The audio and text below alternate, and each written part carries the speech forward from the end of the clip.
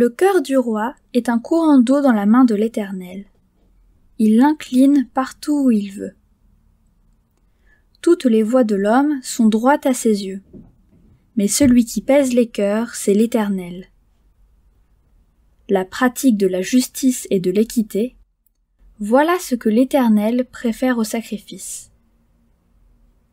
Des regards hautains et un cœur qui s'enfle, cette lampe des méchants, ce n'est que péché.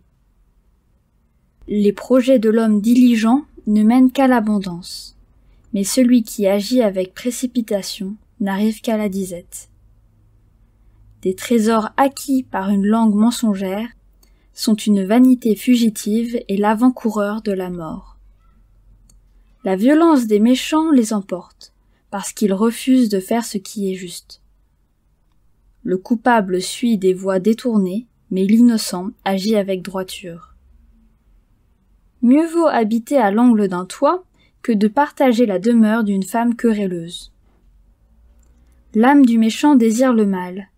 Son ami ne trouve pas grâce à ses yeux.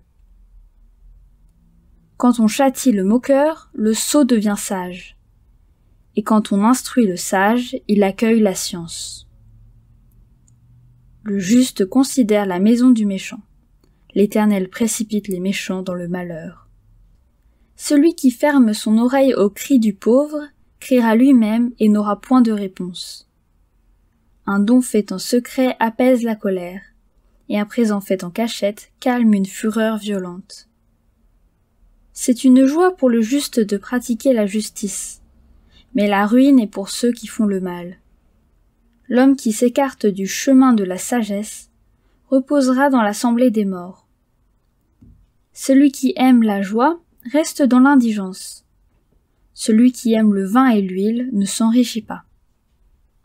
Le méchant sert de rançon pour le juste, et le perfide pour les hommes droits. Mieux vaut habiter dans une terre déserte qu'avec une femme querelleuse et irritable. De précieux trésors et de l'huile sont dans la demeure du sage, mais l'homme insensé les a engloutis.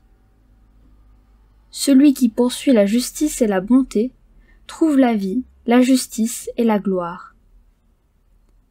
Le sage monte dans la ville des héros, et il abat la force qui lui donnait de l'assurance. Celui qui veille sur sa bouche et sur sa langue préserve son âme des angoisses. L'orgueilleux, le hautain, s'appelle un moqueur. Il agit avec la fureur de l'arrogance. Les désirs du paresseux le tuent parce que ses mains refusent de travailler. Tout le jour il éprouve des désirs, mais le juste donne sans parcimonie. Le sacrifice des méchants est quelque chose d'abominable. Combien plus quand il l'offre avec des pensées criminelles? Le témoin menteur périra, mais l'homme qui écoute parlera toujours. Le méchant prend un air effronté, mais l'homme droit affermit sa voix. Il n'y a ni sagesse, ni intelligence, ni conseil en face de l'Éternel. Le cheval est équipé pour le jour de la bataille, mais la délivrance appartient à l'Éternel.